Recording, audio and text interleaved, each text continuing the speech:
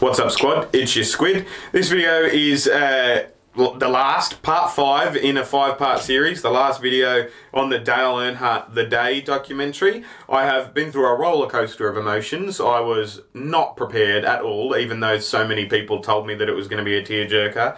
And yeah, I'm a little bit bummed that this is the last video, actually, because I've really enjoyed this content, you know what I mean? So I hope you guys have enjoyed it too.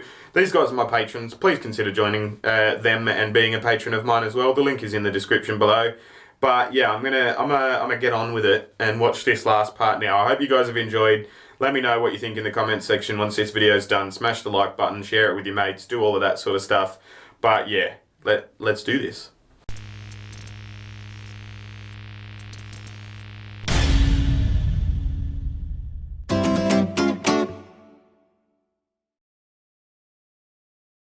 Thanks for your patience in uploading in between the uploads of all these parts as well, guys. You guys are the real MVPs.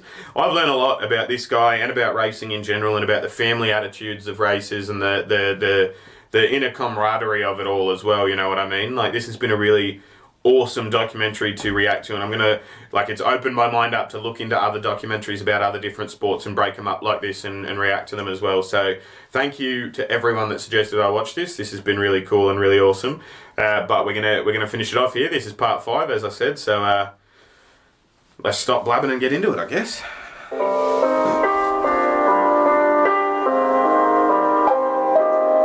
Killer mustache. I thought about Michael when I left the hospital. I thought, oh my gosh, wonder if he knows. Wonder what he's doing. Buffy was dealing with it all. You know, Buffy was talking to NASCAR and talking to the family, and so she was doing a job, an admirable job of making sure none of that got to me. Oh, man.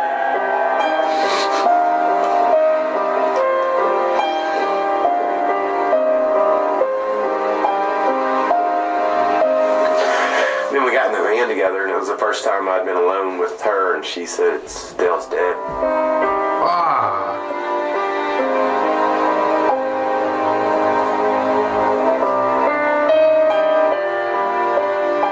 Wondering how I was supposed to feel at that moment, and I haven't stopped wondering since.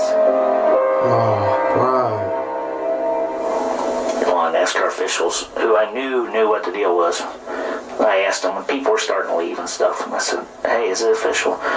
Well, when you got an official word, and I never cuss anybody, but I said, listen, you blankly blank, tell me what the deal is. I was just down there, and so then they told me.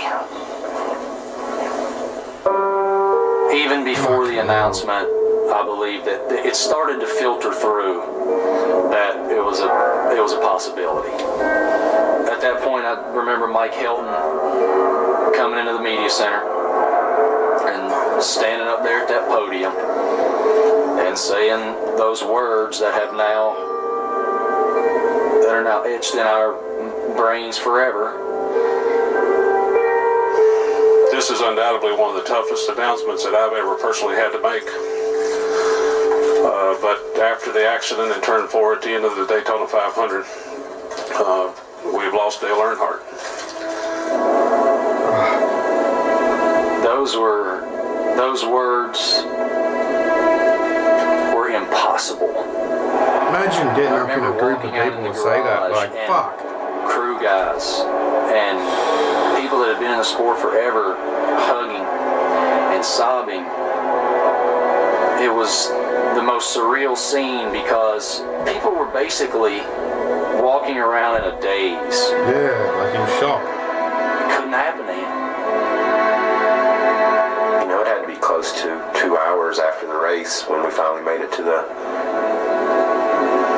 motorhome, and I asked him, I said, you want me to come over? You want to come over here? And he said, no, I just want to be alone. Because that was hard for him. Yeah, fucking Because Dale had, that win meant so much. And to able to share that with Dale, who gave him the chance. And to first win of his career, Daytona. And he sat in his motorhome crying.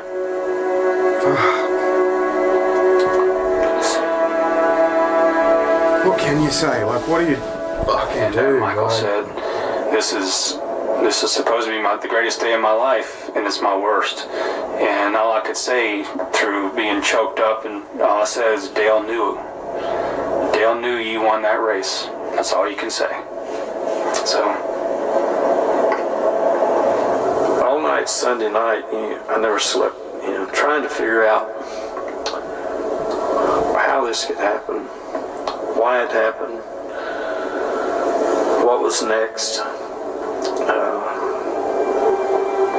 What do you do? We lost what I would call our franchise of RCR.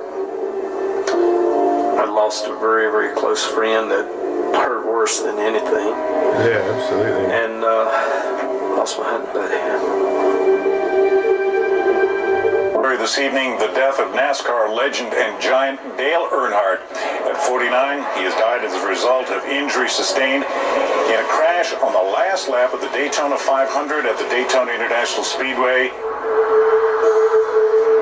I remember pulling into DEI after we got down and just seeing the hundreds and hundreds of people that were there, and the candles and the "We Miss Yous" and all of their tributes. I remember looking at me and saying, if it ever happens to me, you better get a race. We asked all the employees, if you want to go home and be with your families, go. And I can't recall one person leaving. Their way of overcoming it was to start worrying about Rockingham. I'd like to ask you to do something. I'd like to ask you to take the hand by the person beside you. Lord, our hearts are hurting. We've lost a great friend, and it all seems so unfair. People ask us, how can we go out and race today? We can do that, first of all, because we know that's what Dale would want us to do. And second of all, because, Lord, we know without a doubt that he is dwelling in your house and will forevermore. Amen. How's the fucking courage? How's the leadership on Darrell Waltrip right there? Fucking standing up in front of that many people. Hold someone's hand. Second of all, fucking ask us, how can we go out and race today? We can do that, first of all, poise, like that's what Dale would want us to do. And second of all, because, Lord, we know without a doubt that he is dwelling in your house and will forevermore. Amen. Even as an unreligious man, that was touching, you know what I mean? Like, that's leadership. That's leadership, you know?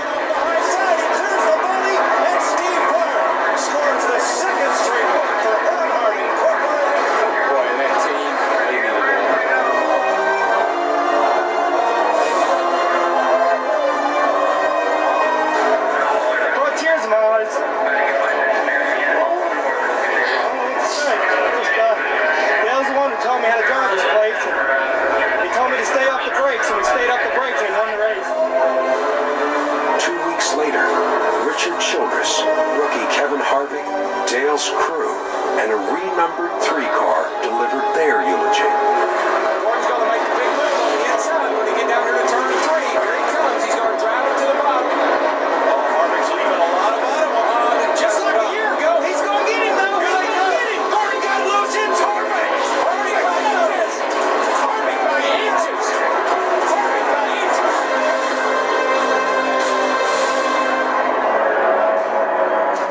NASCAR returned to Daytona.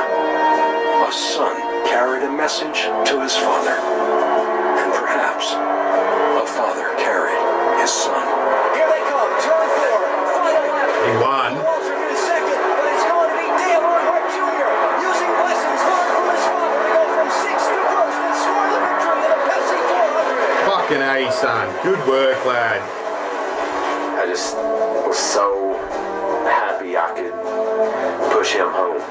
Made the night complete, made it perfect. And then to be able to stand on the car and listen to over 100,000 people screaming, it was amazing. I remember thinking, I'm better now. It'll be fine now. Closure, you know. This is redemption. If you watch how each one of those wins were, it was almost like it was meant to be. That was healing for us all. And I know how proud Dale would have been of every one of us. Yeah, wow.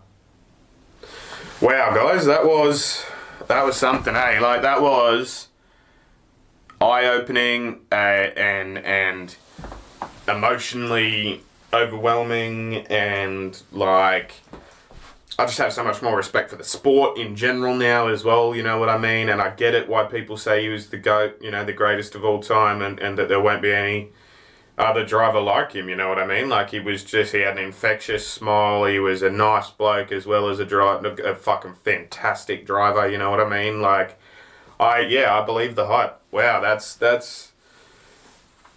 thing. That's awesome. This was part 5 in a 5-part series. If this is the first time you've stumbled across my playlist or my videos on my channel or whatever like that, check out the other 4 parts as well, because it was a ride, you know what I mean? These guys are my patrons. They're awesome. You could be awesome too if you joined up on Patreon. Just join Patreon and give $1 a month to your favourite artists. It doesn't matter if it's me. Patreon's awesome, and I think it's a great platform, and there should be more things like it. But yeah, wow, I'm a bit flat now. That was a bit like draining, not in a bad way, but like, you know what I mean? Like yeah, it's the thing. I'm gonna have a look through my watch later playlist and decide on something funny-ish or just at least not quite as somber to react to now, to try and lift my mood before I go out and cook my family dinner. But yeah, this was great. Thank you for suggesting this. Suggest something else in the comments section. Far out. I inhaled my own saliva as a result of how emotional this video was just then. But yeah, I'll see you when I look at you. You'll see me when you look at me. Thanks for watching.